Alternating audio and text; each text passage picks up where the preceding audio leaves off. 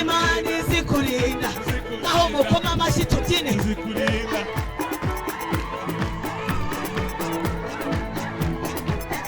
ariko zikurinda iyi Mana tuyikomera amashyi ababyeyi tuyiririmbire sawa sawa ehe Imana ndashaka kubumva warinze natwe abaturage Imana izi kurinda erega Imana izi kurinda barakuroga ntiwapfa urakurya ku ishuri ubyaye abana batatu ufite izabikora Imana muri aka karere abantu bashaka Imana dukomere Imana amashyi twumve Mana uri Mana Mana we yewe Mana uri Mana nyamana wego ntabwo mvumva mwebwe ayo mashyi yanyu yewe ayo mashyi we ayo mashyi Mana ayo mashyi we amashyi y'urubyiruko amashyi y'abasore ayo mashyi Mana uyu muziki nawo ayo mashyi we izo mpundu z'ababyeyi izo mpundu we ayo mashyi Mana yagize neza yaraturengeye covid turayibona iradutabara tuyibona iturengera urebe uko twegeranye nuko yahabaye yaratubaburiye umwaka urashira we maze dutangiye undi tugeze mu kwa kabiri ndetse dushoje ukwezi Imana muyikomere amashyi yaturindiye igihugu yarinze abayobozi yarinze abana bacu Imana yaduhagazeho ayo mashyi we ayo mashyi we ayo mashyi we ayo mashyi ayo mashyi hute ayo mashyi we ayo mashyi data ayo mashyi we uyu mudiho nabo nta mashyi numva we ntayo numva sha abo hakurya muri he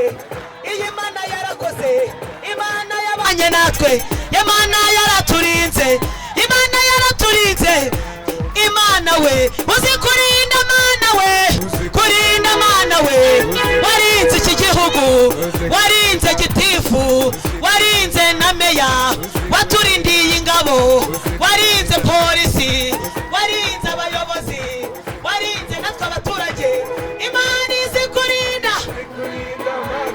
erega Imana izi kurinda ayo mashyi muyakomere Imana Imana izi kurinda muyivugirize iyi mpundu we impundu ku Mana yarinze itorero yaraturinze Mana we yahagaze ku Rwanda iyi Mana izi kurinda yarinze abaturanyi badukikije twese Imana izi kurinda haleluya sema haleluya murakoze cyane aha ko numva mutari kubyumva ukuntu Imana izi kurinda Imana izi kugira gute abantu yarinze tuyikomera amashyi tuyivugirize impundu Imana yacu izi kurinda abanyarwanda Imana izi kurinda Imana ishimwe Dije agaciro ni iki umuziki w'Imana sha umva hey Imana ishimwe hey agaciro ni iki agaciro ni amavuta shakisha imbaraga z'umubiri byanze kwemera bisembera shakisha imbaraga z'umwuka wera byanze guhinduka bizahinduka kuko ubwo butunzi ibyo nabiranye birikora kandi kigeretse kuri icyo uwo mwuka azahera umugeni wa Kristo Imana ishimwe wowe shakisha imbaraga z'umubiri byanze kwemera bisembera shakisha imbaraga z'umwuka wera byanze guhinduka bizahinduka kuko ubwo butunzi ibyo nabiranye birikora kandi kigeretse kuri icyo uwo mwuka azahera umugeni wa Kristo aya mavuta tubabwira ntabwo ari ayo bisiga kandi ubwo ari amavuta tuvuga n'ay'umwuka wera ayo ngayo niyo yobora inkora zo mu mutima umuntu akabohoka imfubyi zikaririmba umutima ukuzura imbabazi ugatangira kubabarira bene data reka mbabwire agaciro ni amavuta amavuta niyakura umuntu mu biyobyabwenge anishime komera Imana amashimwe atwaye aya mavuta tubabwira ntabwo ari ayo bisiga ntabwo ari namwe bateka cyangwa yo ku binyabiziga ahubwo amavuta tuvuga n'ay'umwuka wera ayo ngayo niyo yobora inkora zo mu mutima umuntu akabohoka imfubyi zikaririmba umutima ukuzura imbabazi ugatangira kubabarira bene data reka mbabwire agaciro ni amavuta abyumvisha mwe bene data reka mbabwire agaciro ni amavuta akomeza usenge rurambiwe yakije imbaraga z'amavuta ibyanze kwemera bisembera yakije imbaraga z'umugabo ibyanze guhinduka azahinduka kuko ubwo butunzi buri ijana birane birikora kandi ikigeretse kuri icyo uwavuga azaye mu bugeni wa Kristo yakije imbaraga z'amavuta yakije imbaraga z'amavuta ibyanze kwemera bisembera yakije imbaraga z'umugabo ibyanze guhinduka azahinduka kuko ubwo butunzi buri ijana birane birikora kandi ikigeretse kuri icyo uwavuga azaye mu bugeni wa Kristo ayo mashimwe yakomera Imana rubyiruko sawa ayo mashimwe ko numva nta mashimwe ukomeye Imana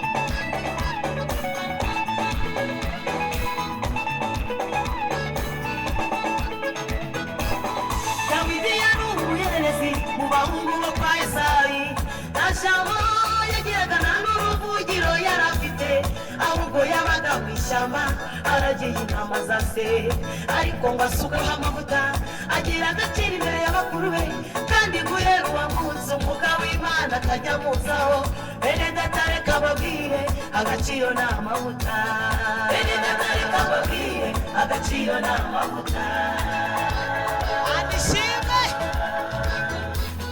Dawidi yari umuhererezi mu bahungu bo kwa Yesayi nta jambo yagiraga nta n'uruvugiro yari afite ahubwo yabaga mu ishyamba aragiye intama za se ariko ngo asukeho amavuta agira agaciro imbere y'abakuru be kandi guhera uwo munsi umwuka w'Imana akajya amuzaho bene data reka mbabwire agaciro ni amavuta bene data reka mbabwire agaciro ni amavuta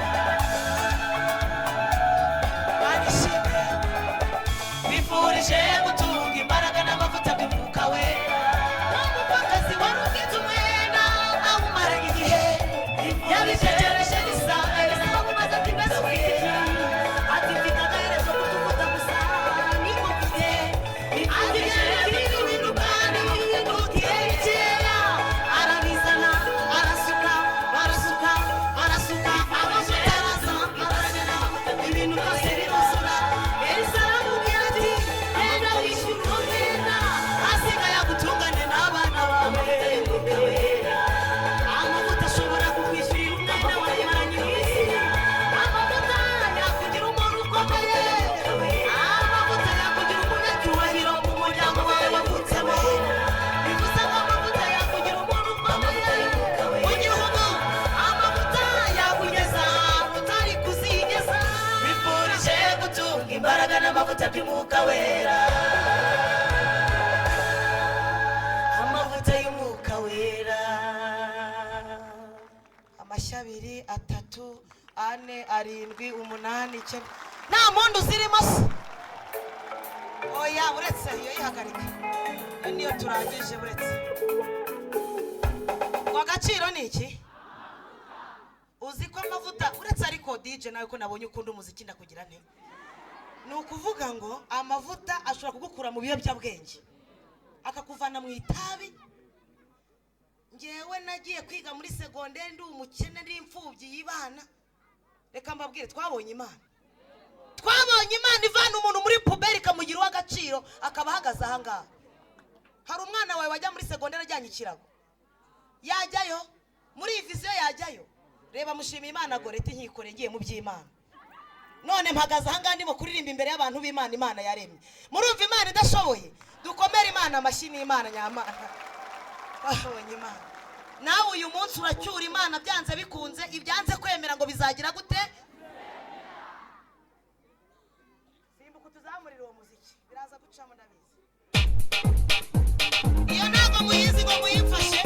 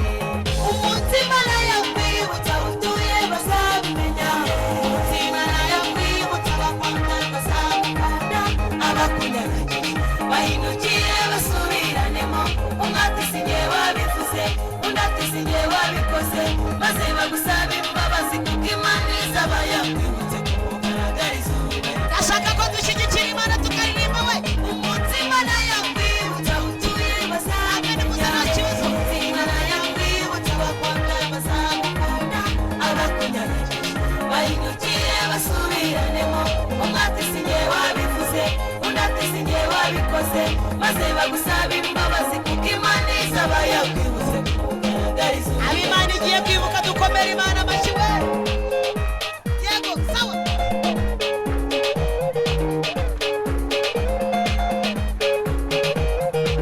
Ayo mashyi yanyu nayo rwose. Reka gute kugobana yitaba y'ubukaribo bakurusha gusenga nawe ntakagutera ubwoba ntabwo ariko bizahora kuko ntagahoraga turirimbe kandi nakuri ndahita ntiyakugana we yarahise by'ubona bikoze bigiye kubumva iminwa maze uyitugira ijambo kugaragariza reka gute kugobana yitaba y'ubukaribo bakurusha gusenga nawe ntakagutera ubwoba ntabwo ariko bizahora kuko ntagahoraga hanze kandi nakuri ndahita ntiyakugana we yarahise ibyo ubona bikosamiye bigiye kubumva iminwa maze uyitugira ijambo kugaragariza umutima nayakwibutsa utuye bazabimenya umutima nayakwibutsa abakwanga bazagukunda abakunyanyagije bahindukiye basubiranemo umwe ati sinjye wabivuze undi ati sinjye wabikoze maze bagusaba imbabazi kuko Imana izaba yakwibutse kugaragariza turirimba we kugaragariza ndabivuga kugaragariza abatabara kugaragariza munyikiriza komera Imana amashyi komera Imana amashyi cyane uyibyinire we umutima nayakwibutsa utuye bazabimenya umutima nayakwibutsa abakwanga bazagukunda abakunyanyagije bahindukiye basubiranemo umwe ati sinjye wabivuze undi ati sinjye wabikoze maze bagusaba imbabazi kuko Imana izaba yakwibutse kugaragariza haleluya sema haleluya Imana izabikora ryari? Ndashaka abantu baharuguru nabo bavuge. Nta muntu waje kuvunikira undi hano. Nta muntu waje kuvunikira undi hano. Aha twese turishyiramo agatege turebe ko Imana yatureba neza. Narimvuze ngo Imana izabikora kumugaragara izuba rigize rite? Aho Imana igejeje ko tubaye tuyishimiye. Satani yaraguhize ngo uzapfa uryo ngo uzapfa ntacyo umaze ngo uzapfa ntacyo wigejejeho ngo uzapfa ntaho ugeze. Imana iratira bihorera irakurinda uravuka urakambakamba barakuroga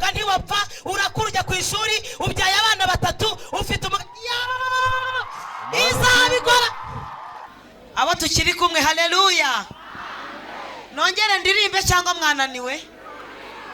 Bwira mugenzi wawe ngo imibereho yawe Imana irayizi. Imibereho yacu Imana igize ite? Imana igize ite? Murabona Imana itadukunda?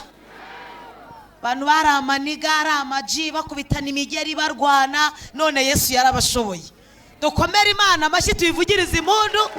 Iyi Imana yacu ibidashoboye abantu Imana yirabishoboye. Haleluya. Yituzamura iyo ndirimbo.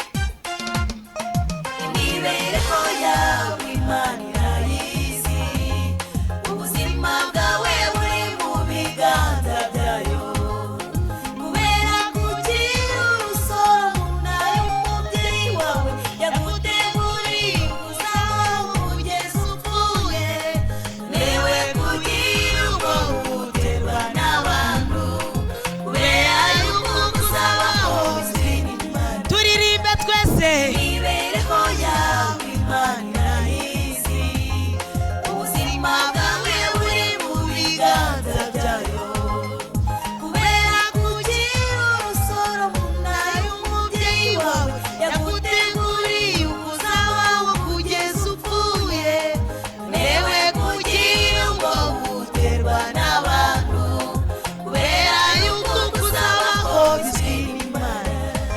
Abazabaho kubera Imana tuyihereze icyubahiro. Imana yacu ishimwe kuko izi imibereho yacu.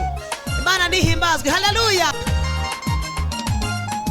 Igeze yabwira Yeremiya, Yeremiya we, nakumenye ugira urusoro. Turirimbe. Irongera ibwira Yakobo, Yakobo we, urawitinya kuko nzagutabara, terana ingabo nyinshi zitekungawe. Igeze yabwira Yeremiya, Yeremiya we, nakumenye ugira urusoro mu nda ya Yakobo.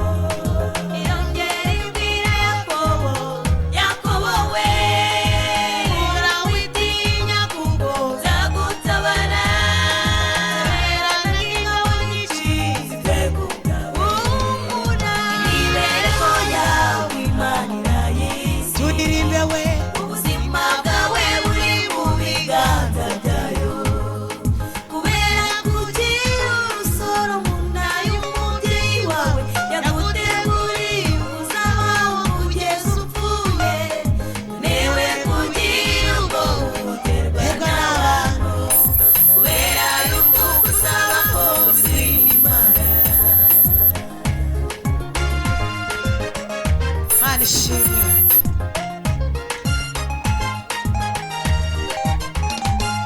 utamenya ukuruhinja ukurira mu nda, umenya ikigereranyo cy'uyu muyaga, utamenya imbago z'ijuru aho zishinze, ni nako utamenya imigambi y'Imana uko ikora.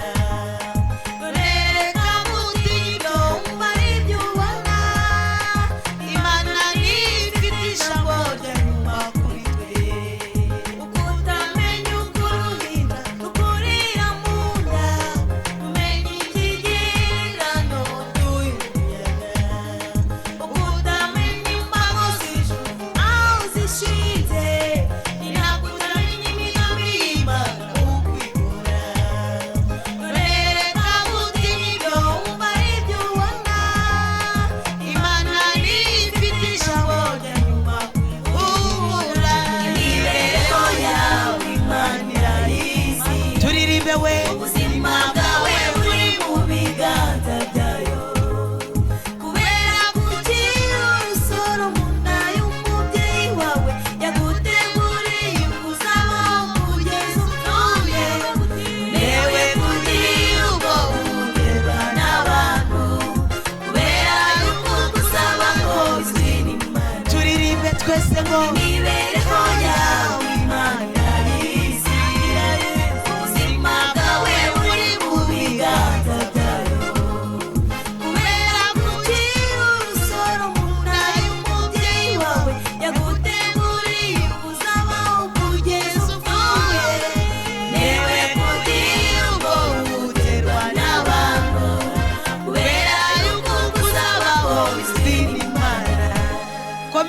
amashyi imibereho yacu Imana irayizi.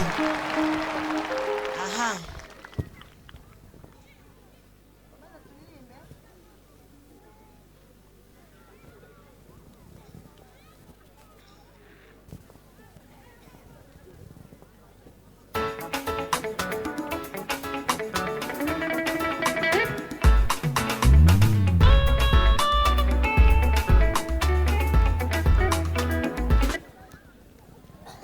Ishimwe ngo ayo mashyi we,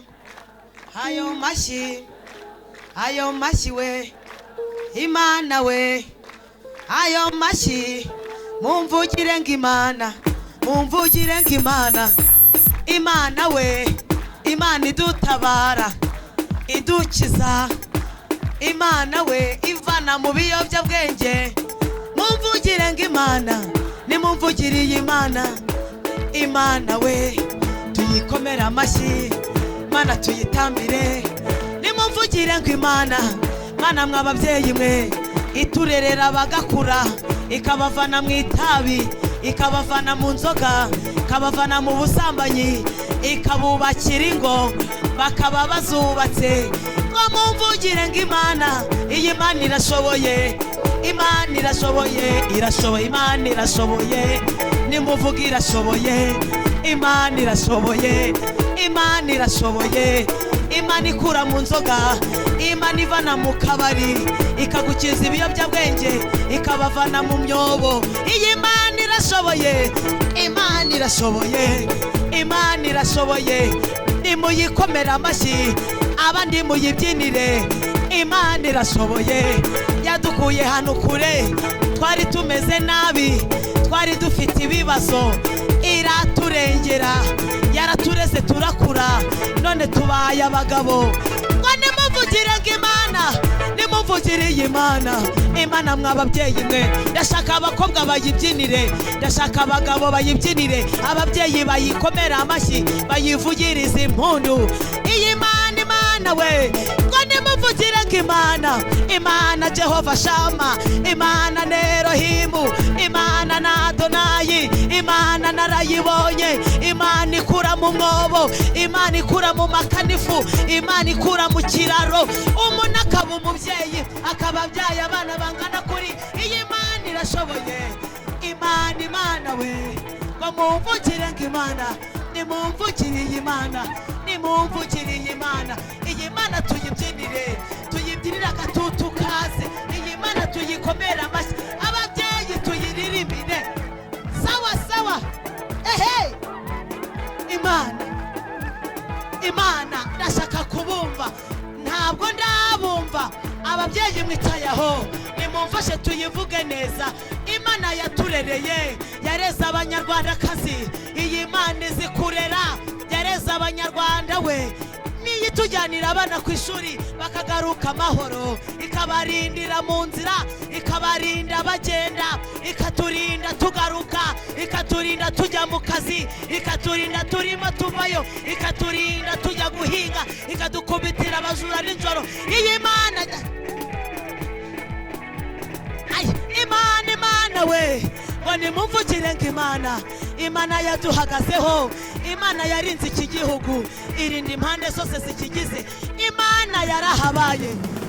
Haleluya, haleluya, mumvugire ng'Imana, mvugira ng'Imana we, nimumvugire ng'Imana, nimumvugiriye Imana, nimumvugire ng'Imana. Imana yahatubereye, Imana yatugobotse, yarinze mama Fabrice, dore ukuntu ari umubyeyi mwiza sha, dore ukuntu asa n'amafaranga we. Iyi Imana irashoboye sha, n'ukuntu yanyweye itabi ryinshi none yabaye umubyeyi wambara ibubu, dore ukuntu ayibyinira sha, dore ukuntu akeye we. Iyi Imana muyivuge, iyi Imana muyivuge, ndashaka ayo mashyi yanyu, impundu, impundu sha, impundu z'ababyeyi. Imana yaraturinze, Imana yaraturengeye, aba hano muri hesha, nimumvugiriye Imana we. Abandi barapfuye irakurinda, abandi baratashye urahari, abo mungana ntibakiriho, abo twavugiye ntibararangiye, ariko iyi Imana iduhagazeho. Ngo nimumvugire ng'Imana, ayo mashyi ari hehe we, ayo mashyi ari hehe sha yarinze aba bashyitsi ba ayo mashyi ntayo numva ayo mashyi ari hehe we nimureke tuvuge Imana Imana yarahabaye Imana yaratugobotse amashyi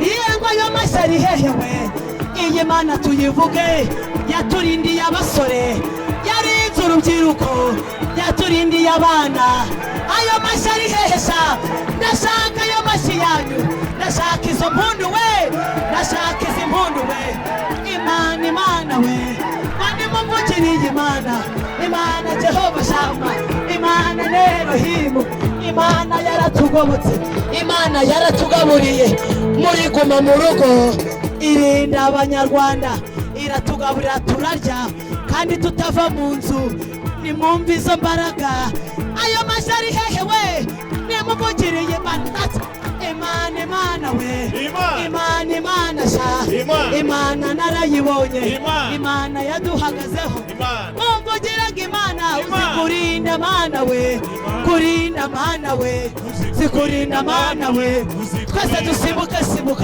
tuvuge ngo Imana ayo bari he abahagukiriya nimunyikirize Mana izikurinda uzikurinda Mana we uzikurinda Mana we waturindiye abana reba ukuntu musa neza abahirya muri hehe mwese nimuze aha ababishatse mwese nimuze tuvuge ngo izikurinda mwese tuyivuge ndashaka ayo mashyi ndashaka izo mpundu we nimubitekerezeho Imana izikurinda yarinze ababyeyi bacu yaturindiye igihugu yarinze perezida yarinze Kagame Imana izikurinda Imana we erega Imana izikurinda yarinze abapolisi yaturindiye ingabo yarinze na za daso yarinze n'abisibo yarinze mudugudu yarinze abadata we Imana uzikurinda ariko Imana izikurinda zuguza gutya zamura umupira tuzunguze tuvuge Imana izikurinda saba ariko uzikurinda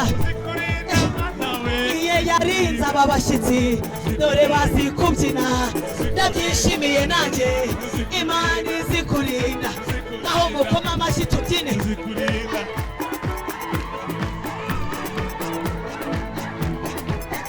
ariko zikurinda Mana we zikurinda Mana we ariko Mana uzikurinda Imana yacu yaraturinze abana bajya ku ishuri covid yari imeze nabi abantu tutajya gusenga none dore uko twicaye uku Imana yaraduhagazeho ariko zikurinda Mana we haleluya sema haleluya komera Imana amashyi muyivugirize impundu Imana yacu amen uri Imana yaduhagazeho ntitwapfa uri Imana yaturinze abandi baragiye twe tureba ariko wakomeje kuduhagararaho kugira ngo tube turi aha hantu bishimirwe shimwa Yesu twari dupfe tumeze nabi abantu twararindagiye nta buzima nta hepfo ariko urangije utugirira neza uduha igihugu kizima uduha itorero duhagaze tuvuga Imana nta handi wabisanga ariko twebwe duhagaze tuvuga Imana ngo Imana yacu izikurinda nibagushimire bakuvugiriza impundu bagukomera amashyi uri Imana yaturengeye turagushimiye uri Imana ikiza indwara muri iri teraniro akiza indwara uri Imana iduhagazeho uhimbazwe umukozi wawe agiye kuvuga avuga abwirijwe nawe imbaraga z'Imana zimugaragareho uburinzi bw'Uwiteka bumubeho imbaraga z'ijuru zutigote turwanyije imbaraga z'abadayimoni mu izina rya Yesu abadayimoni badatuma abantu bumva ijambo ry'Imana ndabacyashye ndabirukanye mu izina rya Yesu uburinzi bw'Imana nibubane natwe tugukomeye amashyi tukuvugirije impundu mu izina rya Yesu amen.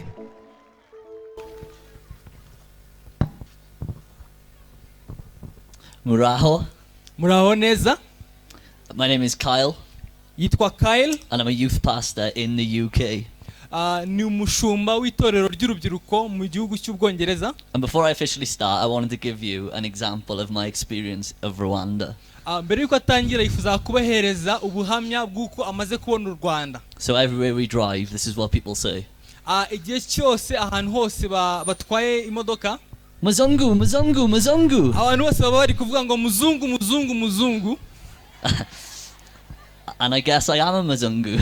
Nawe arabizi ko ari umuzungu. But I wanted to tell you before we start that we're more similar than you think. Gusa ashaka kubabwira mbere yuko dutangira, ababwira ko buriya ibyo duhuje ni byinshi kurusha ibidutandukanye. And I love this country so much. This is my second time being here. Igihugu cyacu yagikunze cyane. So it's great to be sharing with you this afternoon.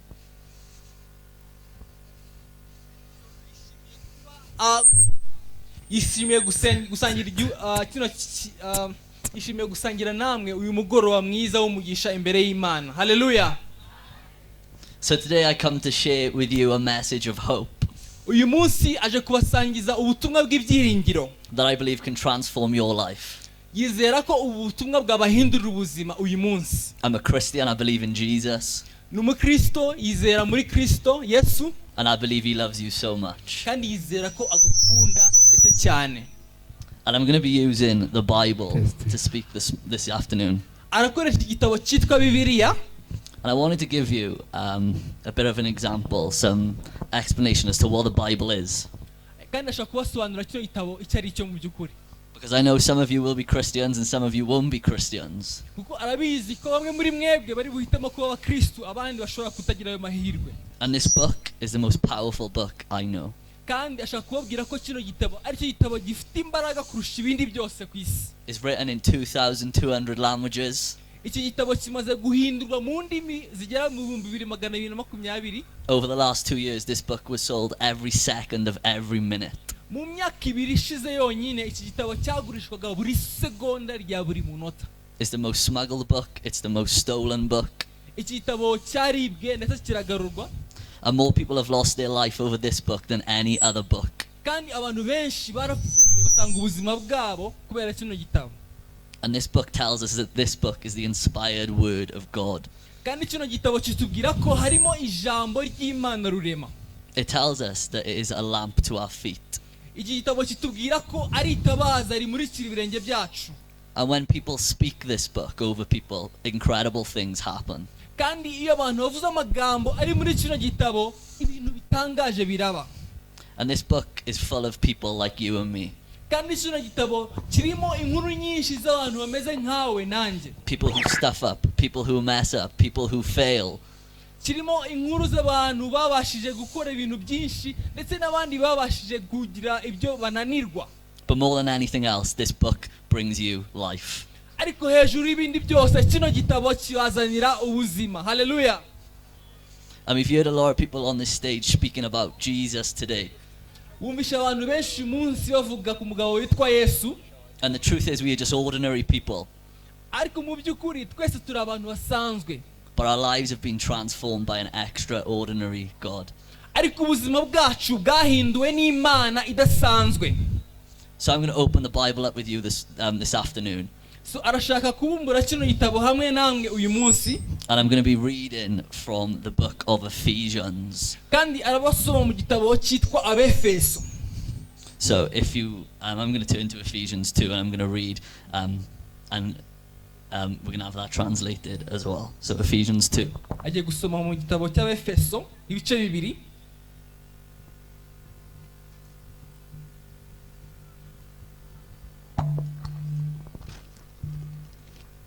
As for you, you were dead in your transgressions and sins.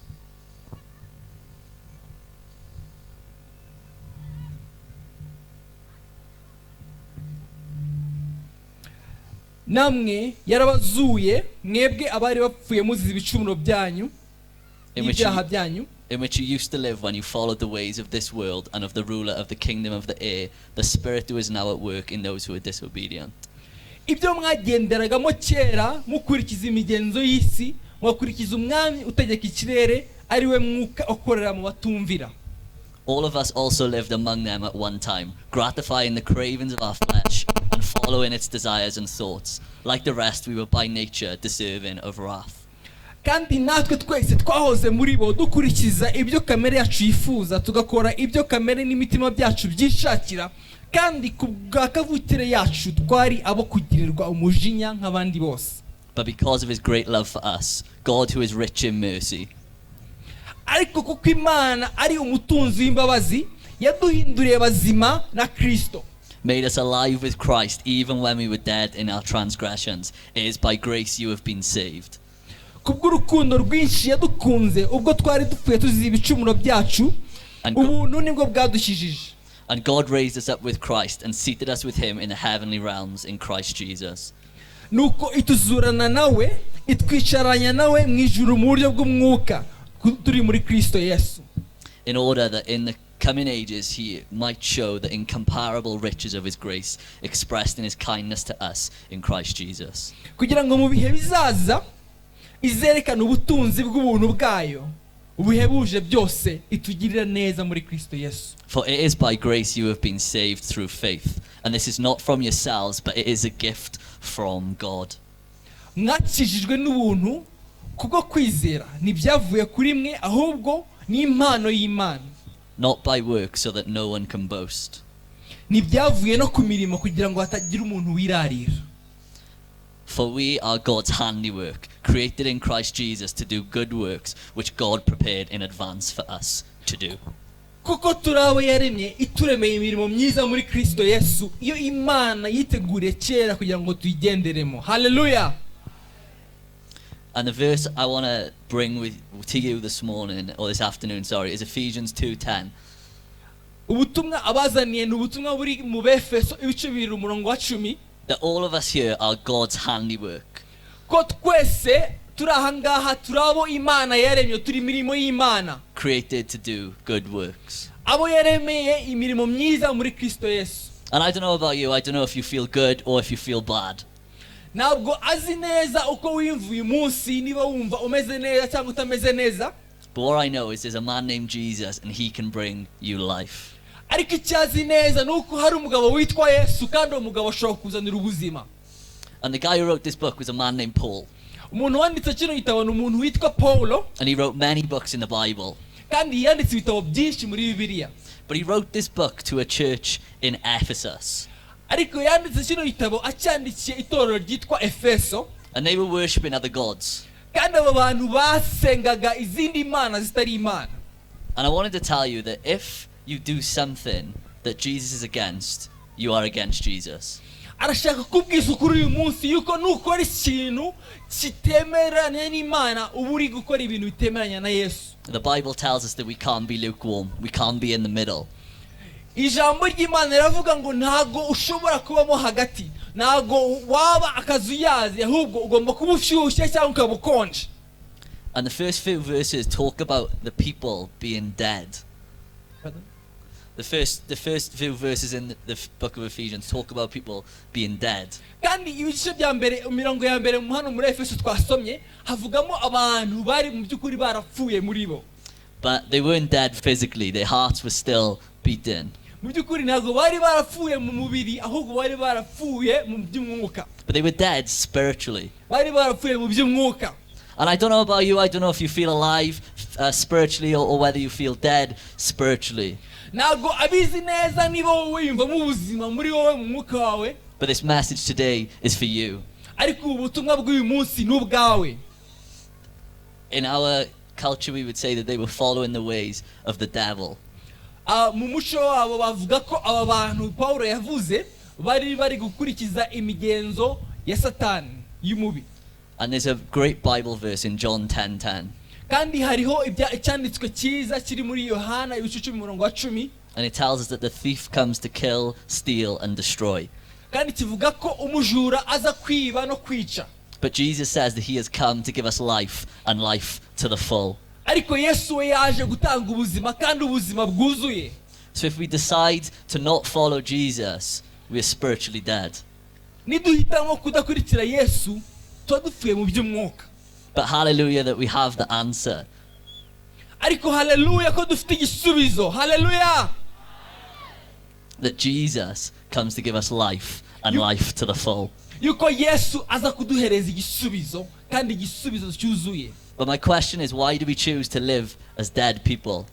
Ariko ikibazo nshaka kubaza, kubera iki wahitamo kuba umuntu ubaho ubuzima bupfuye? Why do we choose to take drugs? Kubera iki wahitamo gufata ibiyobyabwenge? Why do we choose to have sexual relationships with our people who are not our husbands or wives? Kubera iki wahitamo kujya mu by'ubusambanyi?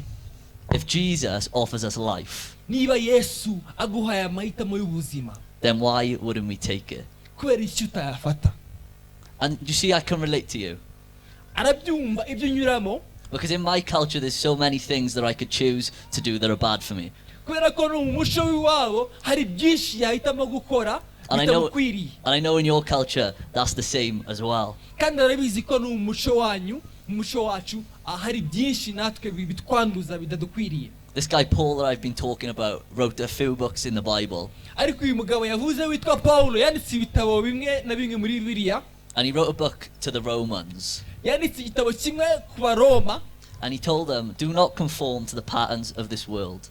arababwira ngo ntimwiyanduze iby'isi, Basically saying, don't be like the people around you. ntimwiyanduze ngo mumere nk'abantu bari hafi. And Paul is constantly writing to groups of people who need to follow Jesus. Kandi Paulo yagomaga yandikira amatorero menshi na menshi agira ngo baze bakurikire Yesu, Who need to find life, who need to change. ashaka ko babona ubuzima, bagira impinduka bagira mu buzima bwabo. Why would I do the same as someone else in my village Ese ni ukubera iki ngiye nabikora kandi ntuyahangaha? if Jesus offers me a better way? Kubera iki nakiyanduza kandi Yesu amereje amahitamo meza kurushaho? Ephesians 2:10. Abefeso ibice 2:10, God created us to do good works. kuko turawe yaremye ituremeye imirimo myiza muri Kristo Yesu. It's not about us being perfect. Nago ari ibijyanye nuko twebwe tuba abantu buzuye umurengera birenze urugero, Because we can't be perfect. ntabwo twabishobora kuba abantu b'umurengera, But it's about us following Jesus' plan for our life. ahubwo icyo ari cyo ni uko twakurikira Yesu, nicyo zidukwiriye. And I wanted to tell you this afternoon that your life is so precious. Kandi arashaka kubwira muri uyu mugoroba yuko ubuzima bwawe ari ubw'agaciro, That you were created in the image of God waremwe mu ishusho y'Imana to do good works for Him. kugira ngo ukore imirimo myiza mu izina rye. And Paul, the guy who wrote so many books that I share about today, Kandi Paulo yavuze wanditse ibitabo byinshi ari kuvuga uyu munsi, he had a crazy past. nawe yanyuze mu bintu bitandukanye kandi bitangaje. He had his own story just like so many of you. Nawe afite ubuhamya butangaje Paulo, And Paul wanted to help people to be different, to change. nawe yashakaga gufasha abantu kugira ngo babashe kugira impinduka mu buzima bwabo. Uyu Paulo turi kuvuga, To experience life kugira ngo babashe kugira ubuzima, and life to the full. ubuzima kandi bwuzuye. So Paul was a Jewish man, Paulo yari umuyuda and he was going around killing Christians who believed in Jesus. kandi yagendaga yica abantu bose bizeraga Yesu. And one day he was walking on the road to Damascus Umunsi umwe ari mu nzira agira Damasiko, when a light struck him. A voice spoke to him, ijwi riramuvugisha, and he was blinded. arahuma. And he heard a voice from heaven say, Paul, Paul, why do you persecute me? Yumva ijwi rimubaza ngo Paulo, Paulo, kubera iki undenganya? And it was in that moment where Paul's life started to take a U-turn. Ni muri uwo mwanya ubuzima bwa Paulo bwahindutse muri ako kanya. He went from killing Christians to telling people about Jesus. Ahindura ubuzima, ava mu buzima bw'icyo wa Kristo ajya mu buzima bw'ubwami bwa Kristo bubwira abantu bikababwira Kristo.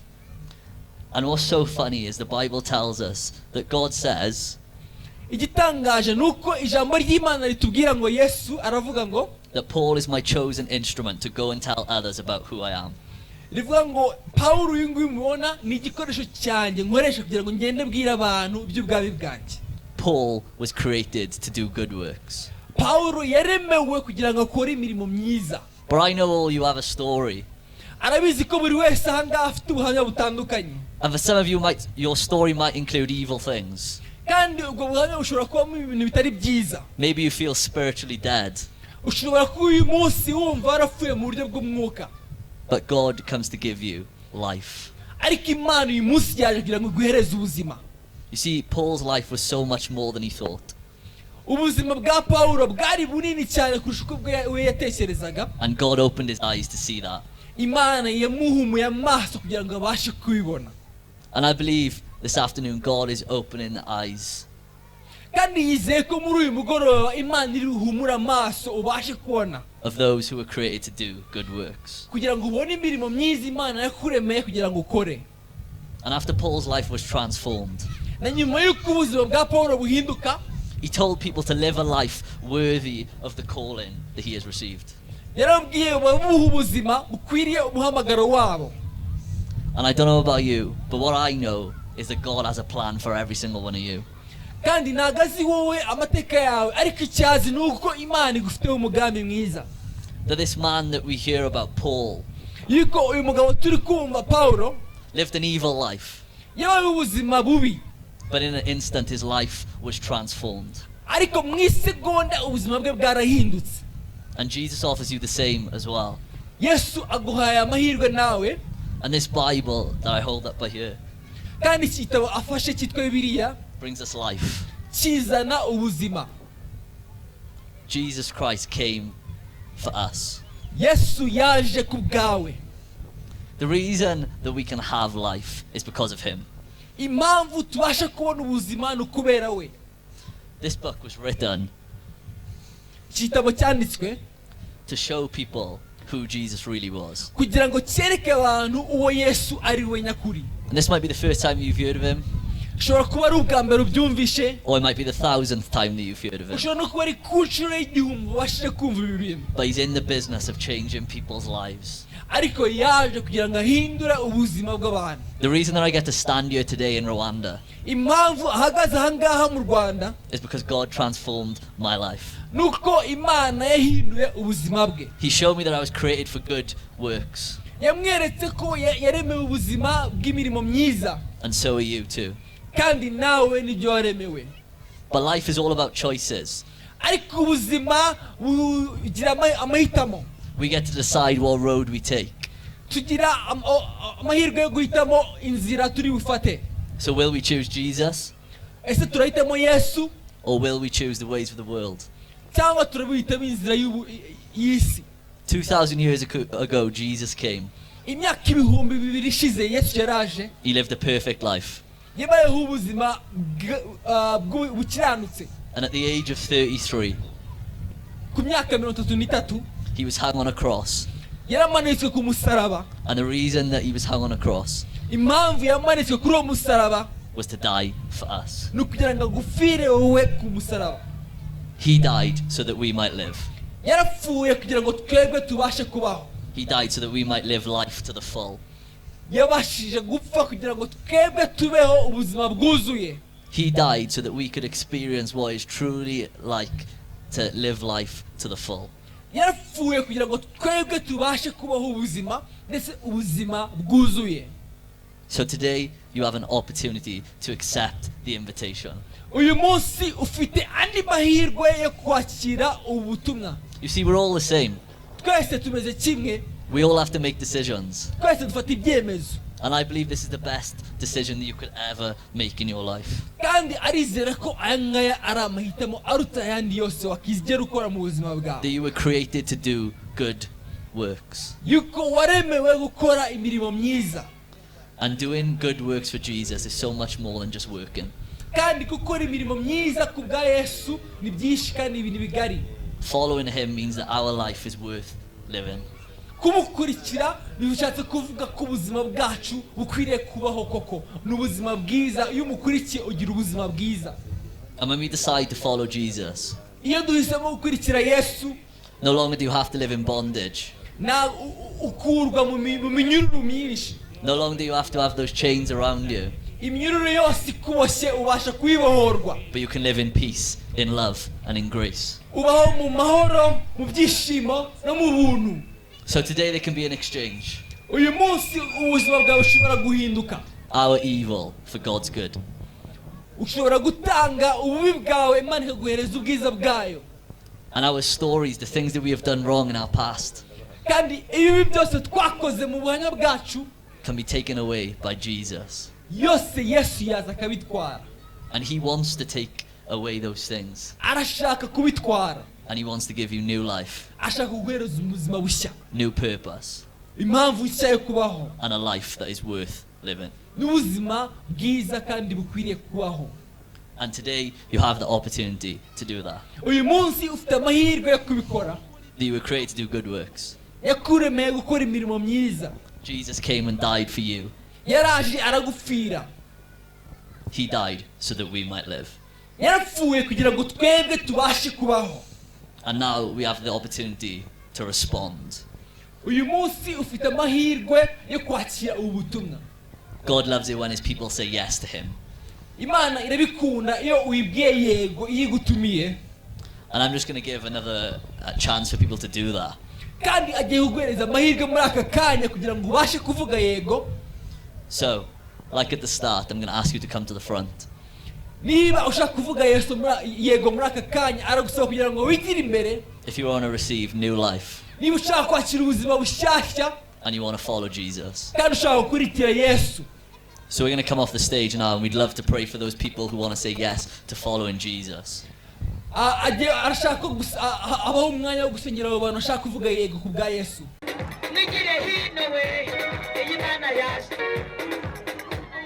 we ndayumva yaje we kudutabara we muyikomere mu mashyi iyi Mana yaje we kuduha ihumure kudukiza ibiyobyabwenge kuduha amahoro gutuma abana bacu biga iyi Mana yaje we nibikirize cyane we ayo mashyi yanyu we muvuge ngo yaje we abandi tuyibyinire hariya hakurya muvuge ngo yaje we ayo mashyi yanyu ari he igire hino we iyi Mana yaje we abaririmbyi muze hano iyi Mana yaje we iyi Mana yaje we kuturinda ibiyobyabwenge kudukiza ibyaha we kuduha amahoro iyi Mana yaje we ayo mashyi ari hehe we iyi Mana yaje we abayobozi baje we nimubyumva Imana yaje irurindo yaje we Imana yadusuye yaduhaye agakiza yaduhaye ihumure naho muyibyinire naho dusimbuke kuvuga ngo yaje we iyi Mana yaje we ayo mashyi yanyu we dushimiriye Imana tuzamura amabendera y'ubutsinzi ko yaje iyi Mana yaje we ndayumva yaje we abagi muyibyinire bakobwa muyitambire iyi Mana ndayumva Imana yaje we nyir'ingabo yaje we ndamwumva yaje we mugozacu yaje we mu rugo rw'iwacu we kudutabara we kutugaburira kuduha imyambaro kudukiza inzara mu gihugu yaje we. Haleluya! Imana yagize ite? Murayakira mu ngo zanyu se kugira ngo bigende neza. Dukomere Imana amashyi bamuretse kugenda turirimbe rero sawa.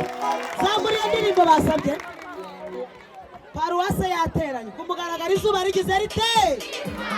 Dije we zamura umuziki Dije. Hey!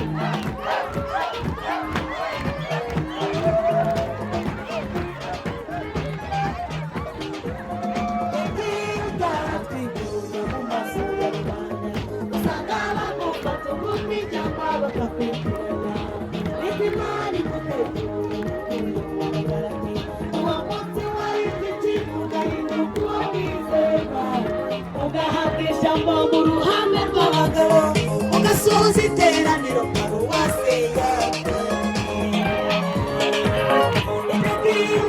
kwikunda mu maso usanga bagomba kukubica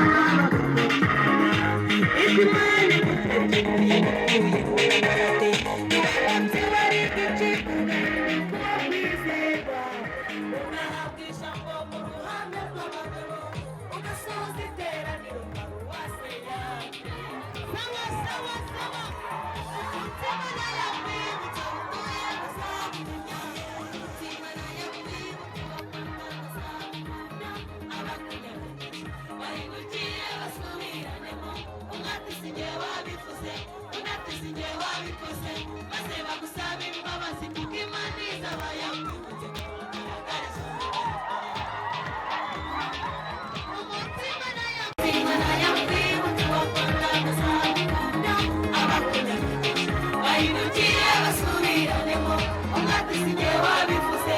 unafise igihe wabikoze maze bagusabira imbabazi kuko Imana izabayawe komera Imana amashyi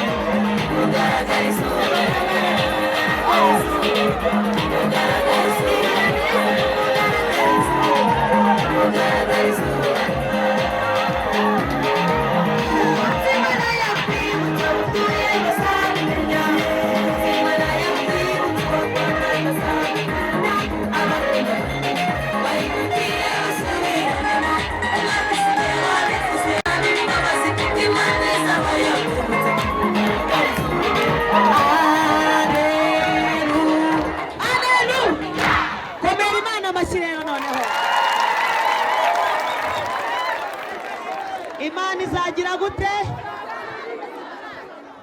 izabikora ku mugaragaro izuba rigize rite hanyuma Uwiteka abarinde abaherekeze abaraze neza Imana ibarinde na hejo ejo